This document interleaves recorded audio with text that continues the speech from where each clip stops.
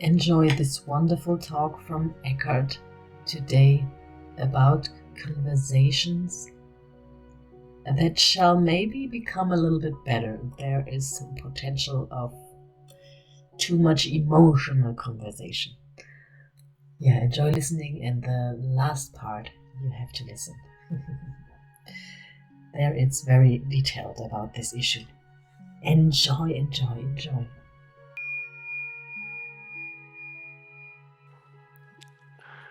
In the depths of winter, I finally learned that there was in me an invincible summer.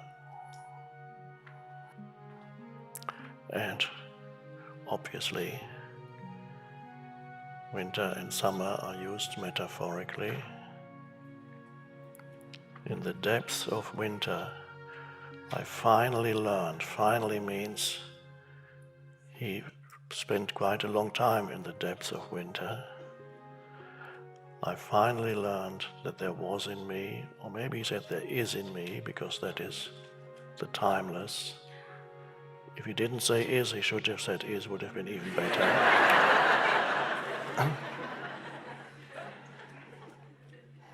In the depths of winter, I finally learned that there is in me an invincible summer. And of course, summer refers to the inner state of transcendence, of spaciousness, where a sense of aliveness, a peace, not an asleep peace, but a vibrantly alive peace, emanates, and goodwill, lovingness, a sense of connectedness, all emanates from that transpersonal, to use that word, transcendent perhaps, but it's transpersonal too, because it transcends the person. That's the essence of what this is all about, as you know, the realization of the transcendent dimension within yourself. And so you live, your life is then a balance between dealing with things on the personal level, being a person, using the person. It's your form, identity, it's fine. You have to honor that also. It has its shortcomings, and you become compassionate with that. My form identity has lots of shortcomings. Not answering emails is only one of them. But there are those shortcomings, once you connect with the deeper dimension within yourself, they are not seriously dysfunctional anymore, in the sense that they would create suffering for yourself or others. But there are certain idiosyncrasies and things that could be better, and perhaps you can improve on the level of form. There are many things you can do. But if you add something here, you might lose something there. So you're never full. That completion on the level of form is just not possible and not necessary. And there's always something else you can do to explore, to acquire, to learn. And yet the essence of you is already absolutely complete, and you don't need time to be yourself. You already are yourself fully on the level, on the formless. I call that essence identity. Your form identity, your essence identity. The invincible summer, in this sentence by Camus, that metaphor refers to your essence identity. The winter is the suffering that the form identity undergoes, but if he hadn't spent a lot of time in the depths of winter, as he calls it, he probably wouldn't even have found the invincible summer in him. Just as many of you, if you hadn't spent time in suffering and had not had deep challenges, you wouldn't even be here. I know I wouldn't.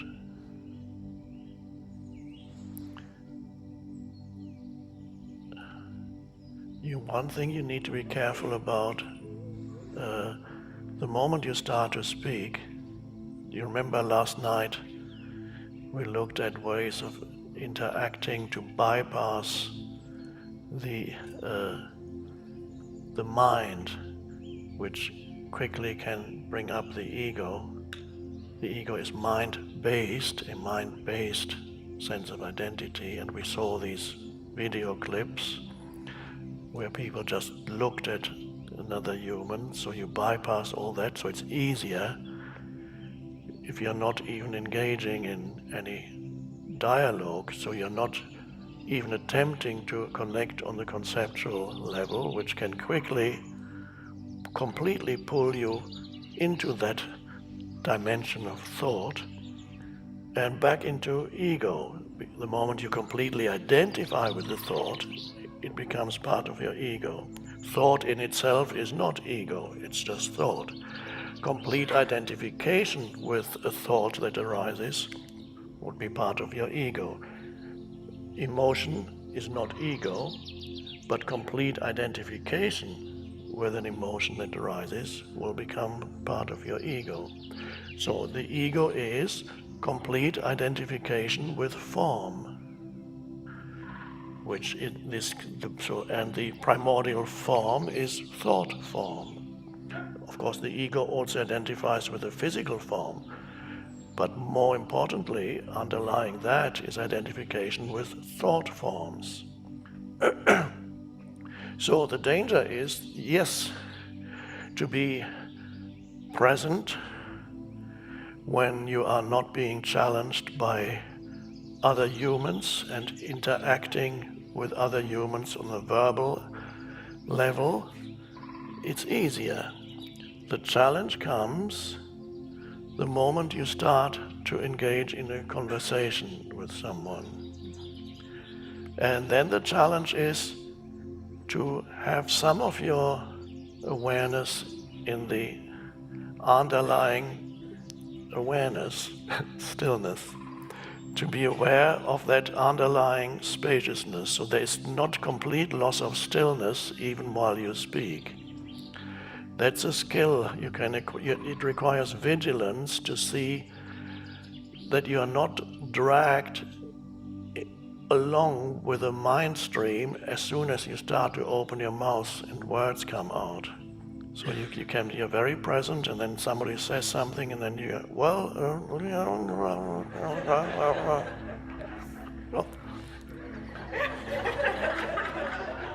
and you're gone.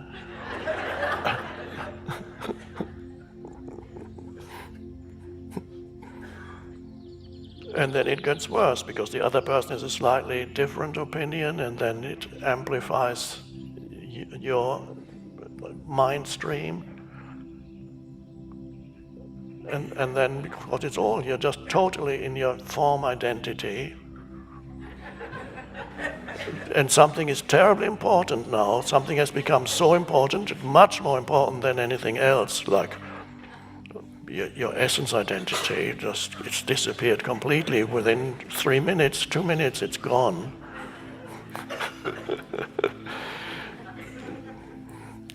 Because there was a slight difference of opinion that became so important. You needed to show that your viewpoint is absolutely the right one, and all your energy flows into that assertion of yourself. Ego. You don't know it. It's the ego. The opinion doesn't really matter. I mean, who cares if you are right or he is right? It's just a game of thought, and in most cases, it makes no difference to any situation. But it is the desire of the egoic identity to assert itself and to emerge victorious. It's unconscious, it's an unconscious movement, but you can see that even in relatively insignificant exchanges between two people, even if the viewpoint slightly differs, there's a force behind the way in which you express your mental position, your viewpoint. It's not just presenting your perspective, or your viewpoint, or your mental position. If you are vigilant, it's of course much easier to observe in another. You can start by doing that. The force behind what people say is completely superfluous, unnecessary, but there is another dimension. This is not just what people are saying. They may be doubting what you've said, and they express it. It's not just that, because that in itself would be a neutral thing. You put forward your perspective and said, I believe your viewpoint is not quite right, here's mine. But in itself, it's neutral. There's no egoic involvement. It's just there's an awareness behind it. In the way say that the android data last night in the video clip, in the same way that he presented his viewpoint, there was no force behind it because he's egoless. He's not human. He's egoless, so in that sense there's no force behind what he said. He just presented clearly the situation as he saw it. And with humans that is not easy, so it requires great vigilance. I'm always surprised when I observe humans interacting.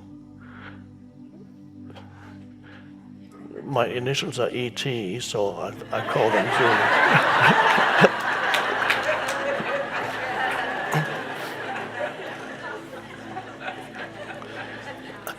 I'm always surprised when I observe humans into how quickly this force flows into what they say. So there's not just whatever their opinion is, whether they question yours or whatever it may be. It's not just that in itself is completely harmless. But there is a force behind it that is aggressive in a way. Even if it's not obviously aggressive, there is that element in what they say. Why? Because you have identified with the arising thoughts, which means lack of awareness. Awareness has been lost, or a better way of putting it, perhaps, awareness has been obscured or covered up. And all there is to you now is that movement of thought. And therefore, you've identified with it. Your consciousness has completely been hijacked by thought forms. And then you identified, and then you're really not defending or anymore your position, or you are fighting to triumph as an form identity against the other who has a slightly different opinion. Yes, thank you very much, Eckhart, again for this wonderful talk. And as I'm thinking about it, all this, I really as thoughts come into my mind that how did all this happen? And I mean, for sure, the way we in the Western world that is educated, highly educated, that has to study a lot and read books and use the brain very much for logical and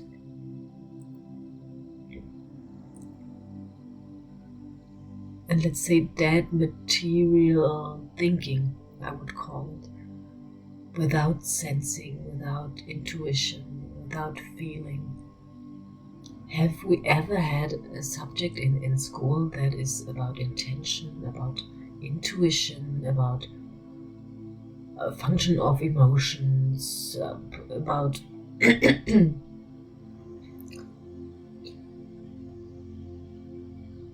about patterns, about how we get programmed and how we can exercise to get these programs overwritten by better programs, by better patterns, by better behaviors, thoughts? Never, no one.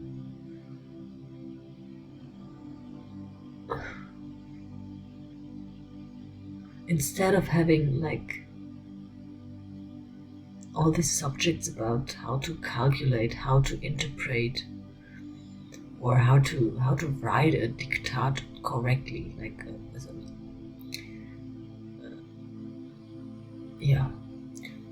we should rather implement other subjects about the rest of our body. And that's why this happens. We are all in our head, and we identify with our head, with our thoughts. And these thoughts, most of the time, as Eckhart said, are not so positive. And why is that? Because the programs of negativity, let's say, they are reproduced by having anxiety of death, by fear of death.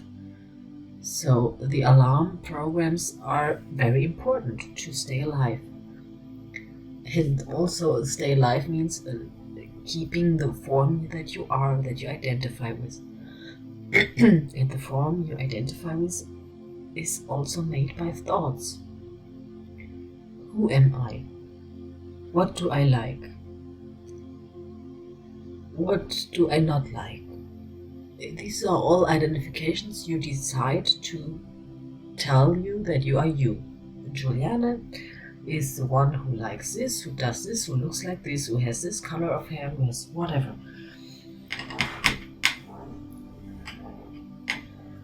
Although this is really stupid. I mean, you know all. It's changeable. Everything's changeable that identifies you. It becomes the complete opposite. These days you can actually change everything, even physically you can change. With operation or whatever. You can completely change, and then you're not that. So just to get to that relativity of identifying you or yourself with something, with being something or someone, or to identify with a certain subject or a feature or or skill. You can always learn any other skill as well.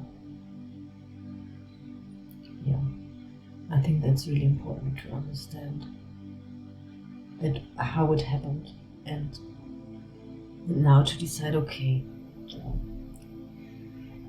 I'm gonna work on telling less and listening more to my inside. Calming down, coming into stillness. If something is said by someone and you feel a reaction, okay, first of all, no reaction from you. You can really train yourself to first not react. Even an impulse comes, no. Stop. And then let it sit down, let this vibration go through your body and calm down the lake again. It's like throwing a stone into the water and it makes big waves, but wait. And then when it's calmed down, then you see what kind of reaction it wants to really occur. And it will be different. And that's the training, to not react right away.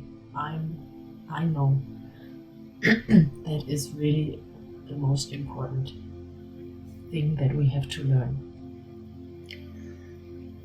Anyhow, you can easily do this by deciding, by just deciding. And to help you, you can, for example, have something like a figure, a little symbol figure, like a stone or a little, just something small that you can put in your pocket and always have it there. And always when a situation comes where you feel your emotions getting involved and you feel it's getting stressful, touch that symbol, and the symbol for you shall mean the sentence, okay, I stop reacting. I wait a few seconds before reacting. Okay, I grab that. Rather than reacting, you grab that symbol. You take the reaction. It's like a new conditioning for you. Yeah, a new training. Yeah, I hope you can try to work with that and let me know here on the channel how it worked for you, how it helped you. And then, I wish you a wonderful day, a wonderful time, a wonderful life. And whenever you're ready to get use of your gift that I'm offering here, you're very welcome to go find me and take a free session of coaching for like 1 hour to 2 hours. Depends. Okay. Have a wonderful time and always think of who you are, which is a lottery win in your life. Yes. And not just your life, you're the lottery win for everyone else too. A multi-used lottery win for everyone and for you.